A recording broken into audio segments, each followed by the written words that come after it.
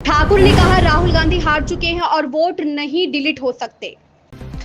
लोकसभा में विपक्ष के नेता राहुल गांधी के प्रेस कॉन्फ्रेंस पर भाजपा सांसद अनुराग ठाकुर ने कहा, एक ऐसा नेता जो चुनाव दर चुनाव हारता है और जनता द्वारा बार बार नकारा जाता है, जिसके नेतृत्व में कांग्रेस पार्टी लगभग 90 चुनाव हार चुकी है, उसकी हताशा और निराशा लगातार बढ़ती जा रही है और राहुल गांधी ने आरोपों की राजनीति को अपना श्रृंगार बना लिया। जब उनसे आरोपों की पुष्टि करने के लिए कहा जाता है तो वह मुंह मोड़ लेते हैं और भाग जाते हैं। जब हलफनामा देने के लिए कहा जाता है तो वह मुकर जाते हैं। बेबुनियाद आरोप लगाना उनकी आदत बन गई है।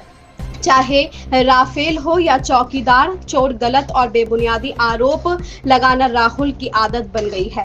एक बार झूठे दावे करते हैं और फिर माफी मांग लेते हैं। राहुल गांधी आज की प्रेस कॉन्फ्रेंस में हाइड्रोजन बम गिराने वाले थे, लेकिन उन्हें फुलझड़ी से ही काम चलाना पड़ा, जो भी बुझ गई। चुनाव आयोग ने कहा कि जनता का कोई भी सदस्य किसी भी वोट को डिलीट नहीं कर सकता और प्रभावित व्यक्ति को सुनवाई का मौका दिए बिना कोई भी वोट डिलीट नहीं किया जा सकता। चुनाव दर चुनाव हार और जनता से नकार दिए जाने वाले एक नेता, जिनके नेतृत्व में लगभग 90 चुनाव कांग्रेस पार्टी है, उनकी हताशा निराशा दिन पर दिन बढ़ती जा रही है और आरोपों की राजनीति को इन्होंने अपना आभूषण बना लिया है। जब इन्हीं के लगाए गए आरोपों को ऑथेंटिकेट करने के लिए कहा जाता है तो पीठ दिखाकर भाग जाते हैं। शपथ पत्र देने के लिए कहा जाता है तो मुकर जाते हैं। गलत और निराधार आरोप लगाना राहुल गांधी जी की आदत बन गई है। It has become a habit of Shri Rahul Gandhi to make incorrect and baseless allegations और बार बार आरोप लगाने के बाद माफी मांगने का काम और कोर्ट से फटकार खाने का काम राहुल गांधी जी का हो गया है। आप देखिए, राफेल हो, चौकीदार चोर हो, या फिर सावरकर जी या आरएसएस की बात, या फिर पेगासस के मामले, इन सब पे इनको फटकार ही लगी है। कई बार कोर्ट में माफी मांगनी पड़ी। तो कीचड़ उछालो और भाग जाओ, हिट एंड रन के मामले राहुल गांधी जी के कई हैं।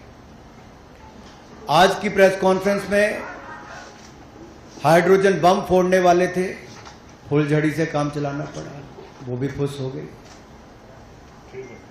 क्या हो गया? इलेक्शन कमीशन ने बड़ा स्पष्ट कहा है कि no deletion of any vote can be done online by any member of public.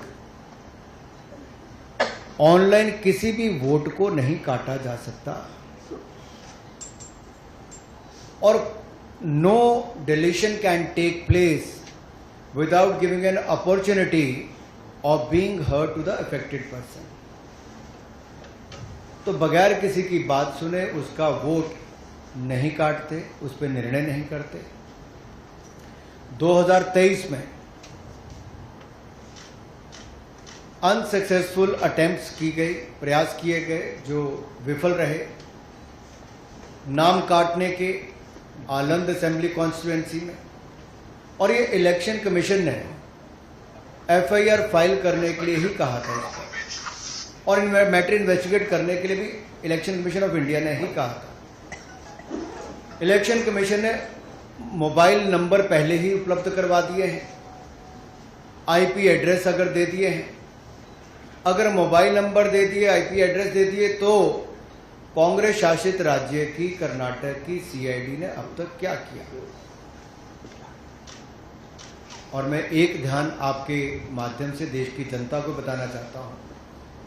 Records के अनुसार आलंद विधानसभा क्षेत्र ये कांग्रेस के ही कैंडिडेट ने जीती थी 2023 में 10,348 मतों से।